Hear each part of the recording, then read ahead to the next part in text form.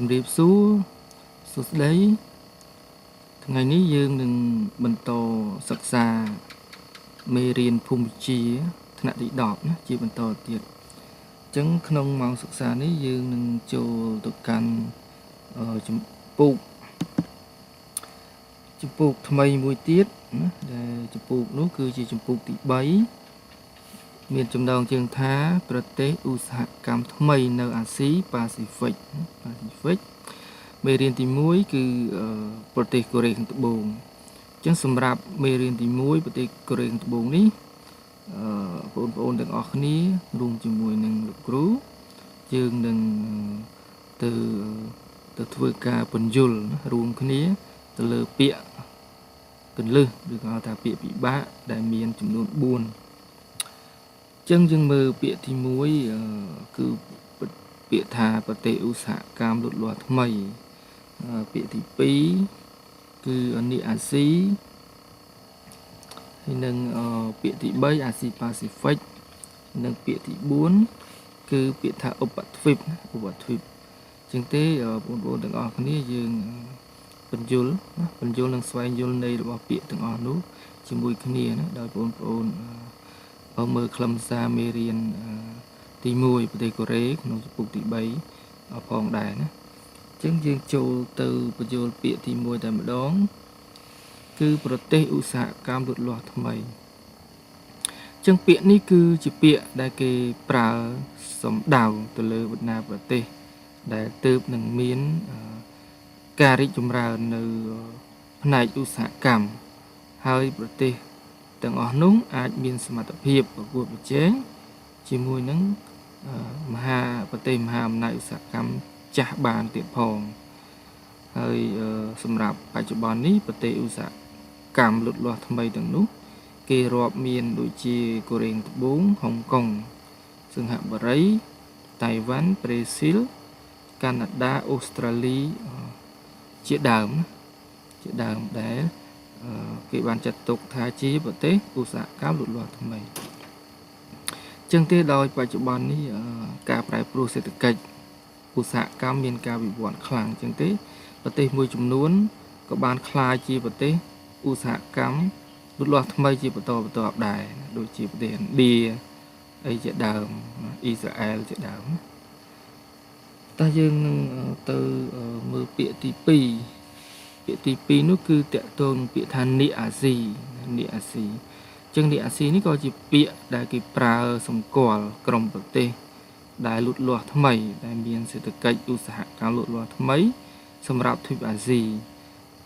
ចឹងមានដូចជាកូរ៉េត្បូងសិង្ហបុរីតៃវ៉ាន់និងហុងកុងណាមាន4នឹងឯងគឺជានីអាស៊ីមានន័យថាជាប្រទេសដែលមានអំណាចខាងសេដ្ឋកិច្ចឧស្សាហកម្មថ្មីប្រចាំទ្វីបអាស៊ីហើយយើងមើលពាក្យមួយទៀតគឺពាក្យថាឧបទ្វីបគឺមានន័យថាអនុទ្វីបគឺមានន័យថាទ្វីបតូចបន្ទាប់ពីទ្វីបធំអញ្ចឹងពាក្យនេះគេសំដៅដល់ដីដែលបានលយចេញអំពីទ្វីបធំចូលទៅក្នុងសមុទ្រឬមហាសមុទ្រដែលភាសាមួយទៀតគេហៅថាស្ទើកោះដែលមានទំហំជាអតិបរមាតូចជាងលានគីឡូម៉ែត្រអញ្ចឹងមានន័យថាឧបទ្វីបអត់មានទំហំរាប់លានគីឡូម៉ែត្រទេណាបើឧបទ្វីបទាំងឡាយណាដែលមានទំហំធំជាងលានគីឡូម៉ែត្រគេហៅថាទ្វីបហើយអញ្ចឹងអនុទ្វីបឬក៏ឧបទ្វីប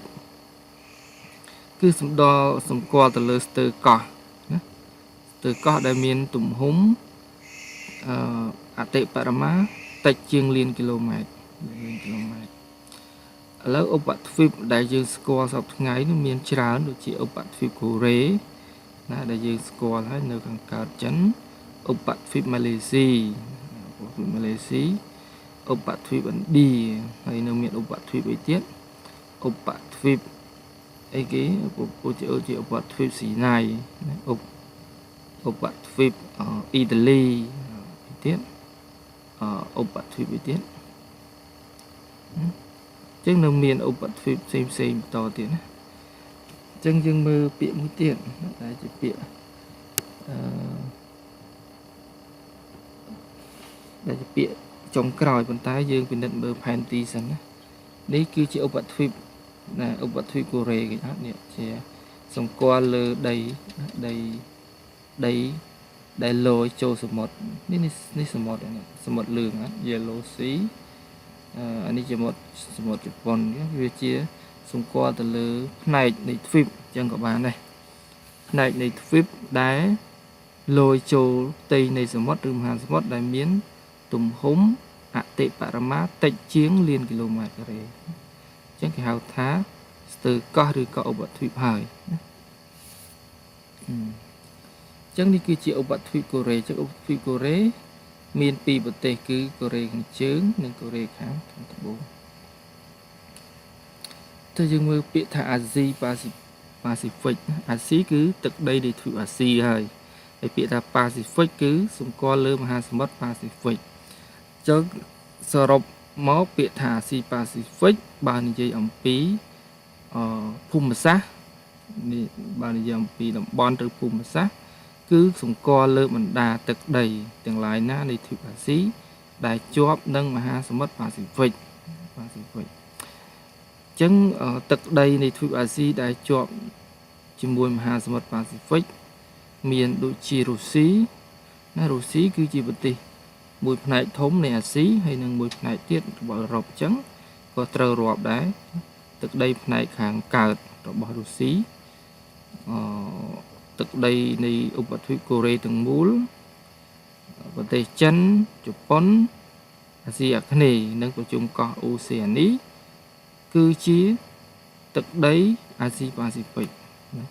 នេះគឺជាការពន្យល់អំពីទីតាំងភូមិសាស្ត្រតែបើក្នុងន័យនយោបាយឬក្នុងន័យសេដ្ឋកិច្ចអាស៊ីប៉ាស៊ីហ្វិកនេះមានភាពប្រែប្រួលខុសពីអ្វីដែលយើងបានពន្យល់នេះណាវាអាចធំជាងនឹងឬក៏យ៉ាងម៉េចទៅតាមន័យនយោបាយឬន័យរបស់សេដ្ឋកិច្ចតែយើងពន្យល់ក្នុងន័យទីតាំងភូមិសាស្ត្រអញ្ចឹងលោកគ្រូមានផែនទីឲ្យយើងពិនិត្យមើលណាមើល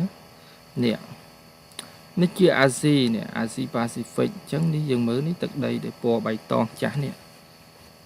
បៃតងចាស់នេះគឺសម្គាល់លើអាស៊ីប៉ាស៊ីហ្វិកគឺជាបណ្ដាទឹកដីនៃទ្វីបអាស៊ីដែលជាប់មហាសមុទ្រប៉ាស៊ីហ្វិកនេះមហាសមុទ្រប៉ាស៊ីហ្វិកនេះមហាសមុទ្រប៉ាស៊ីហ្វិកនេះមហាសមុទ្រប៉ាស៊ីហ្វិកនេះមហាសមុទ្រអាត្លង់តិកណាអញ្ចឹងយើងរាប់មកមាន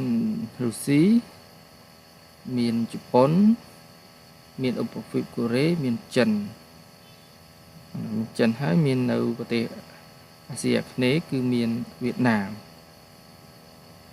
មមានកម្ពុជាមានថៃហើយនឹងឥណ្ឌូនេស៊ីទីម៉័រជាដើម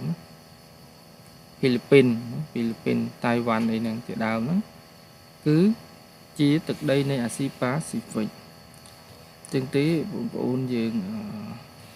បានយល់ហើយបានពិនិត្យមើលរូបភាពរួមទាំងផែនទីបញ្ជាក់ផងដែរអញ្ចឹងយើងបញ្ចប់ការសិក្សាពាក្យពិបាករបស់យើងត្រឹមនេះសិនណានឹងបន្តសិក្សាពាក្យពិបាកជាបន្តទៀតនៅម៉ោងសិក្សាក្រោយហើយពាក្យពិបាកនេះវាមានន័យសំខាន់ដែរក្នុងការយល់ស៊ីជម្រៅទៅលើខ្លឹមសារមេរៀនណាហើយវាជាការល្អម្យ៉ាងដែរដែលយើងចេះអានពាក្យគន្លឹះពាក្យពិបាកនឹងផងយល់ន័យផងហ្នឹងហើយអញ្ចឹងសុខសប្បាយជួបគ្នានៅម៉ោងសិក្សាក្រោយ